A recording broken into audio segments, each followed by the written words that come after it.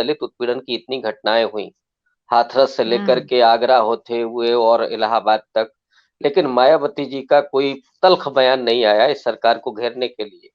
और मायावती में आज भी वो ऊर्जा है या वो इस तरह की प्रेरक हैं कि आज भी अगर सड़क पर खड़े हो जाएँ तो मुझे लगता है कि उत्तर प्रदेश की सियासत में बदलाव दिखने लगेगा।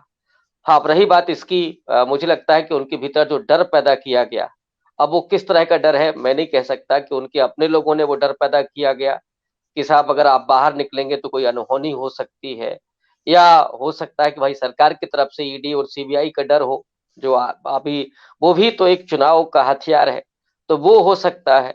या मुझे जहाँ तक याद आता है कि स्मृति ईरानी ने जिस समय बोला था पार्लियामेंट में, और उस समय और मायावती को इस तरह से कभी किसी ने चैलेंज नहीं किया था। वहाँ से जो उनका आत्मविश्वास डिगा है, वो अभी तक वापस नहीं आ पाया। लेकिन इसमें कोई दो राय नहीं है कि उनमें आज भी वो प्रेरणा है कि वो उत्तर प्रदेश के ही नहीं, पूरे भारत के दलितों को वो एक मुकाम पर, एक विचार के साथ तो जोड़ ही सकती हैं। लेकिन समस्या ये है कि उन्होंने खुद अपने विचार को सिर के बल खड़ा कर दिया है। वो बीएसपी जो कभी बाबा साहब की बात करती थी, उनके नारे और उनके विचार को आगे लेकर के चलती थी। जब जय श्री राम के नारे लगते हैं, जय भीम की जगह पर, या वो अपने हाथ में जब त्रिशूल लेती हैं, तो समूचे दलित समाज में या जो पिछड़ा समाज है, जो बाबा साहब को मानता है, उसके भीतर एक निराशा हुई। और यही वजह है कि वो एक दूसरे विकल्प की तरफ देखता है और उसमें अखिलेश यादव को वो पाता है अपने साथ। और अखिलेश यादव ने भी जैसे बाबा साहब वाहिनी का गठन किया, या उन्होंने अपने कार्यालय में डॉक्टर अंबेडकर का चित्र लगाया, तो उससे एक उम्मीद उन लोगों में बनी। लेकिन आश्चर्यजनक और दुर्भाग्यपूर्ण ये भी है कि अखिलेश यादव भी उस तरह से उस आइडियोलॉजी के पक्ष में कहीं खड़े होते हुए दिख नहीं रहे हैं। हाथरस की घटना पर भी वो पीछे रह गए। इलाहाबाद ऑप्शन की घटना ऑप्शन पर के तो तौर पे कहाँ जाना चाहिए फिर जनता को, रविकांत जी? देखिए, मुझे जो जो लगता है कि जो स्ट्रेटजी हो सकता है अखिलेश ने बनाई हो कि वो जो नॉन जाटव दलित है वो चला जाएगा कांग्रेस के साथ, तो वो बीजेपी का ही वोटर है और बीजेपी को नुकसान करेगा। लेकिन बीजेपी की जो अपनी चुनाव जीतने की जो ललक है, जो किलर इंस्टिंक्ट है उसका, जो अभी ममता जी ने कहा कि जो तैयारी है, वो एक समस्या पैदा कर सकता है कि जो दलित है, जो एक विकल्प की तलाश में है, अगर उसे लगेगा कि साहब कांग्रेस उस तरह से लड़ नहीं रही है और समाजवादी पार्टी हमारे लिए ठीक नहीं है, तो फिर वो लौट करके बीजेपी में ही चला जाएगा।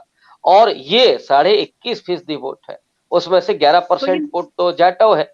तो जो 10% वोट बचता है, अगर वो बीजेपी की तरफ कहीं झुक जाता है, तो फिर बहुत मुश्किल हो जाएगा समाजवादी पार्टी के लिए। और ये जो आरक्षित सीटों की बात जो अभी की ममता जी ने, 84 तो एससी के लिए हैं, 2 एसटी के लिए हैं, और पिछली बार संभवतः 70 या 72 सीटें बीजेपी के पास थी। 72। और 72 सीटें बीजेपी के पास थी। और ये भी देखने में आया है उत्तर प्रदेश में खास करके 3 चुनावों में कि जिसके पास एससी सीटें मोर देन 65% होती हैं, उसने सत्ता एक तरह से प्राप्त की है।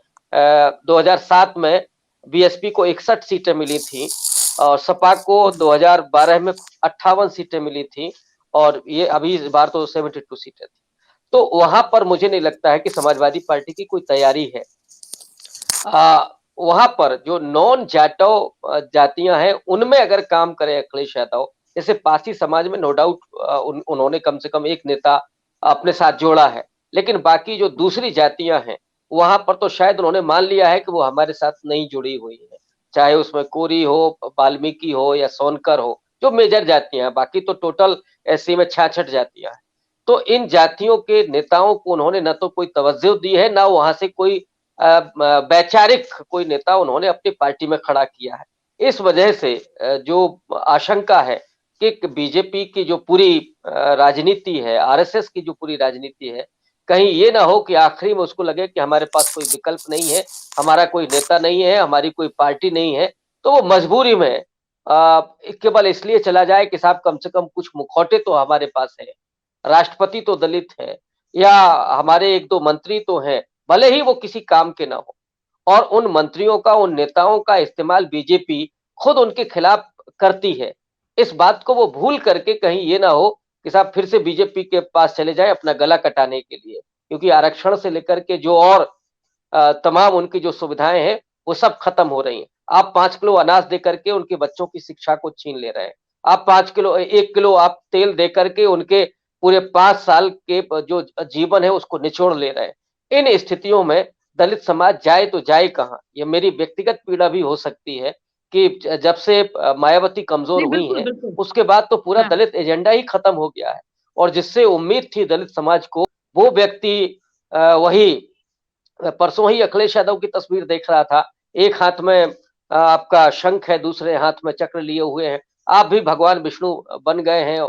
तो ये जो नेताओं को भगवान बनने की जो लालसा है इस समय ना, वो हुँ, बहुत खतरनाक स्थिति में है। मोदी जी को ही ये जी। शोभता है। योगी आदित्यनाथ ही ये कर सकते हैं। अगर अखिलेश यादव जाकर के विष्णु बनने लगेंगे, तो फिर हो गया कल्याण। फिर आप प्रजातंत्र का क्या बिल्कुल, करेंगे? बिल्कुल। उनके पिता ने वहाँ से राजनीति की जहाँ पर बिल्कुल ग्राउंडेड जिसे कहते हैं ज़मीन से। हमेशा जनता ऐसे व्यक्ति को अपना समझती है, तो इसलिए वो उसको कभी भी भगवान नहीं अपने बीच में का एक इंसान समझती है। लेकिन रविकांत जी, ये जो 9 सीटें हैं जौनपुर की बदलापुर, शाहगंज, जौनपुर, मल्हनी, मुंगरा, बादशाहपुर, मछली शहर, मडियाहू, जाफराबाद, केराकत, ये तमाम जो सीटें, कितनी सीटें आपको लगता है कि ये जो रैली हो रही है, इतनी भीड़ जुट रही है, कितनी जाएगी इनके खाते में? देखिए, समाजवादी पार्टी को इस समय बढ़त है और सिर्फ जौनपुर में नहीं, मैं बनारस में बात कर रहा था तो एक नौजवान ने मुझे कहा वो बुनियादी तौर पर भारतीय जनता पार्टी का समर्थक था, अगड़ी जाति का था, ब्राह्मण था, लेकिन उसने वही कहा मुझसे कि ये दिव्यता और भव्यता में अंतर नहीं समझते हैं, ये सिर्फ पॉलिटिकल एक तरह का मैनेजमेंट है, इवेंट है। और उसने मुझे बताया कि बनारस की 8 सीटें हैं, 8 सीटों में से जो बीजेपी के पास है, अगर मुश्किल से 3 मिल जाए तो बहुत बड़ी बात होगी। क्योंकि जौनपुर को मैं उस तरह से नहीं जानता हूँ इसलिए मैं बहुत पुख्ता तौर पर नहीं कह सकता। लेकिन पूरे पूर्वांचल का जो मिजाज है, इस समय समाजवादी पार्टी के पक्ष में है। और इसीलिए नरेंद्र मोदी रुके हुए वहाँ, क्योंकि पूर्वांचल में हार का मतलब है कि योगी और मोदी दोनों का हार जाना। ये सिर्फ बीजेपी की दोनों का हार नहीं होगी, दोनों का क्षेत्र वो है। एक का गोरखपुर, हुँ। दूसरा का बनारस। तो दोनों के पर्सनालिटी को भी बहुत बड़ा डेंट लगेगा, सिर्फ बीजेपी को नहीं लगेगा।